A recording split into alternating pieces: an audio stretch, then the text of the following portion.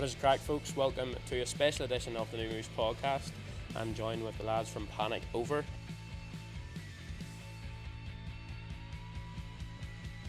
Here in the Mac in Belfast as we celebrate a momentous day in the local music calendar. It is Output 2025. Output 2025. It is indeed. I mean, last year was a very momentous occasion for you as you played Output 2024. Yeah. Do you just want to tell us a little bit about that? Yeah, it was class. We were playing the sports club and it was just really, really busy. There was like a line sort of like around the block of loads of people trying to get in to see us who couldn't, which was very busy.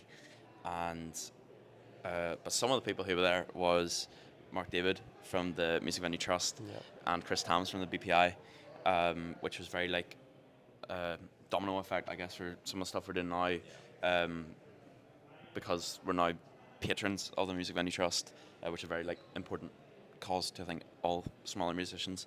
And then also the BPI was able to give us funding, the MEGS funding, to do our Irish tour there, which then off the back of that we got to go to Japan, which was pretty Class. Japanic over. I mean, before we talk a little bit about the cover of Psycho Killer, I want to chat a little bit about yours first. You know, who is Panic Over? You know, tell us a little bit about what Panic Over is to yous. Yeah, I mean, in its simplest term, Panic Over is four guys who are very good friends making music together. Yeah. And it always has been that. And hopefully, I mean, our music hopefully reflects that. That it's kind of high energy, anthemic tunes, which just sound like there's four mates in a bedroom kind of coming together with their musical ideas and seeing where it lands. Yeah, well, I think one thing that stands out to me not only is your music, but the actual name, Panic Over. So tell me a little bit about the origins of the name. Where did that come from? Yeah, I mean, the origins are funny because before we were called Panic Over, we were False Alarm. And so we carried that name for a couple of years.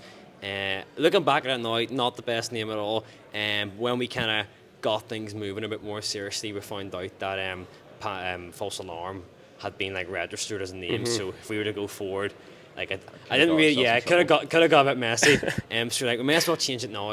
And so we kind of reached out to people on Instagram. I was like, what could our new name be? And we were coming up, like me and Charlie could tell you, we were coming up with some absolutely terrible names. Squeaky Floorboards. Yeah, Squeaky Floorboards was one of them. Was like, we were all on this call and Simsy was just trying to like get ideas flowing, so he was just like saying anything that came to his head, and he just go, and he literally, you could hear it on the call where he's telling the squeaky and he goes, oh, like I mean the Squeaky Floorboards. Yeah, it was desperate.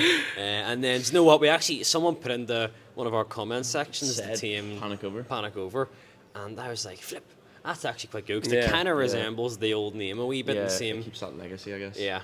So it was like on the list, and then as the list was like whittled down, it just kind of kept going. Absolutely. Shout out to that person who commented that. You've made my it. friend Gordy. You'll know who he is. You know him? Yeah, I know the guy. Yeah. Wow. So, what a legend.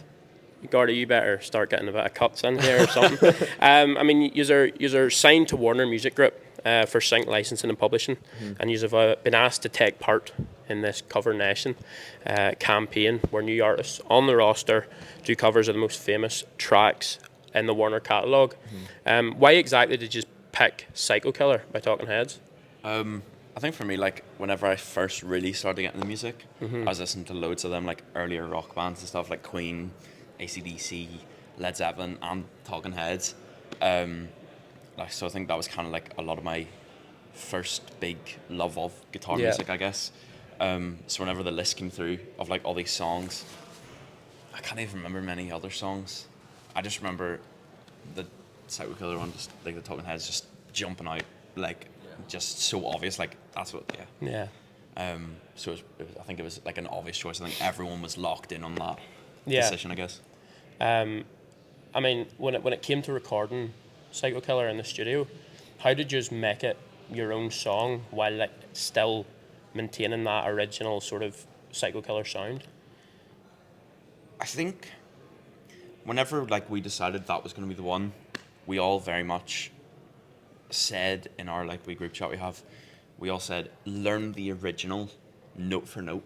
So like technically if we wanted, we could easily sit and actually tomorrow play Psycho Killer as is on the original record. So I think that was a big part of like making sure we understood the musicality, I guess, of the original because it's so iconic. Yeah. So I think it started from that, and then we just got together one night, and we said like, let's not have any pre-discussions. Let's just go in, and it all happens like in the room. So we all knew how to play the original, say, and then we went in.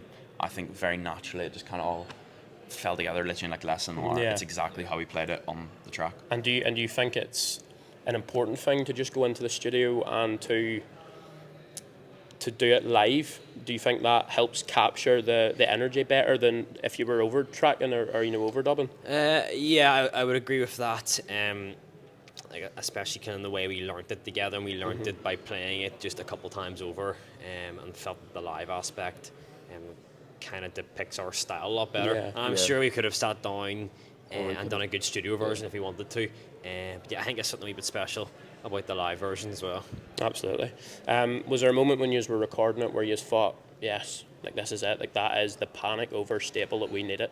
Yeah, it was honestly like, and you people will get to listen to the song soon enough. There's a moment near the end where we kind of just divert a wee bit from how the song would have ended on the track, and it's very subtle, but for us it was kind of our blueprint, our imprint on the song, because obviously, like as Charlie said, wanted to keep the core fundamentals of the song. We didn't want to go if it wasn't broke, you know what I mean? Yeah. And that song definitely isn't broke. So we just, I think after the end, and we always looked at each other and smiled, like knowing that we've done it. Yeah. It was hard to kind of specifically say what it is. It's just we knew in our own. I would say like some of your chops Yeah. of like how you play certain fills, just as some of them like came through, it was like, okay, there's a Panic Over sound that, Yeah. and like I have this pedal, it's like a delay reverb modulated type thing that I use like an expression pedal, and I use it on like every track just because I love it so much.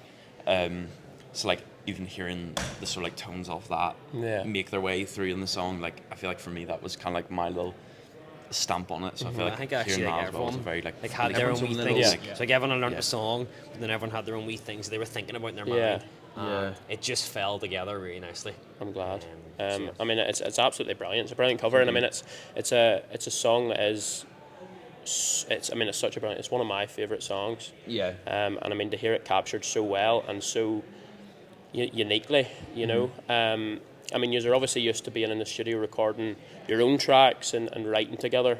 Did you learn anything about yourselves in the process when it came to recording a cover as opposed to, one of your own songs? I guess, at least for me, I think the way that literally it came together in like an hour. Yeah. Like, there was no pre-conversations other than everyone just learning the track as original. And then the way that like it just came together so quickly. I think for me it was almost just like a little mental reminder, I guess, that like we can just, like we are locked in with each other, like musically, and we can just, I don't know, not psychic or like telekinetic, but like, you know what I mean? Like, We know, you just understand each other, basically. yeah, exactly. Yeah. And we know, like, I know kind of what Charlie might do, and I know what Ruben's going to do, and the same for Derace. So, kind of having that understanding. That probably just comes from playing with each other for years. Yeah. And just having that baseline understanding of how people might do things in certain situations. The cover comes out next Friday, Yeah. 3rd of October. Are we expecting anything else from Panic Over in the future? Yeah, it's pretty exciting actually. I mean, October 17th is the release of our new single. Yeah.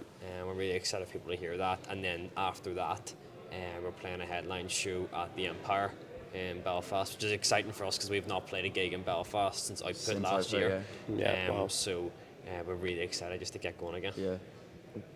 playing that with Pennies and Clyda. Yeah, absolutely. Other friends. Brilliant lineup. I'm very excited for it.